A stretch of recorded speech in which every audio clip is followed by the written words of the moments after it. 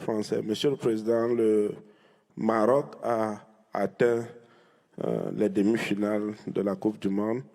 C'est la première fois qu'une équipe africaine atteint ce niveau. Comment vous avez jugé la performance du Maroc en particulier et celle des équipes africaines en général? Et est-ce que c'est un renouveau pour le football africain? Le football africain sera-t-il plus considéré et plus respecté à l'avenir? Merci, merci pour votre question. Je considère la prestation du Maroc absolument exceptionnelle, fantastique. Ils ont très bien joué. Ils ont joué avec le cœur, mais aussi avec des qualités indéniables.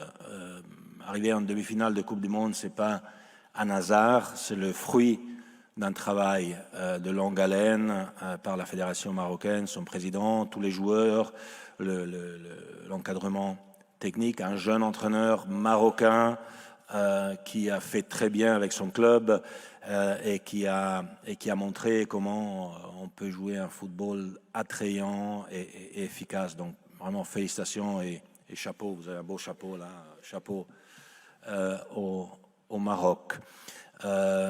Mais aussi félicitations aux autres équipes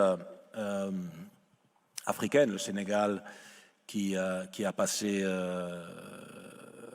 la phase de groupe, ce qui n'avait pas été le cas en 2018.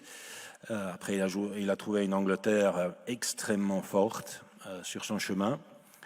Mais aussi Cameroun, Ghana et Tunisie qui ont très bien joué, qui étaient en course jusqu'à la dernière minute du dernier match pour se qualifier. Et ça montre le niveau du football africain. Je suis très content parce que ça fait des décennies qu'on parle du moment du football africain. Malgré cette compétition dans le calendrier, sachant qu'il y a quelques jours, la presse britannique révélait que l'Association européenne des clubs s'opposait à ce projet.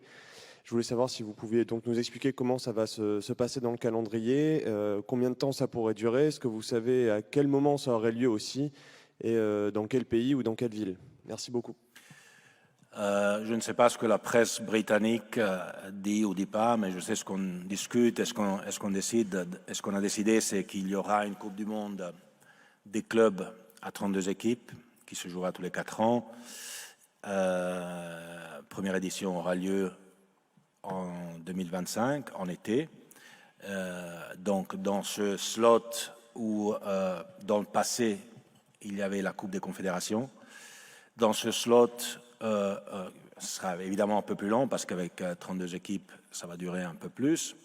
Ça sera les meilleures équipes du monde qui vont y participer, j'en suis sûr. Mais tous les détails vont être élaborés aussi, dans quel pays on va organiser tout ça. Ça va être élaboré dans les prochaines semaines, prochains mois, en consultation avec tout le monde. Aujourd'hui, le Conseil de la FIFA, unanimement, a pris cette décision de principe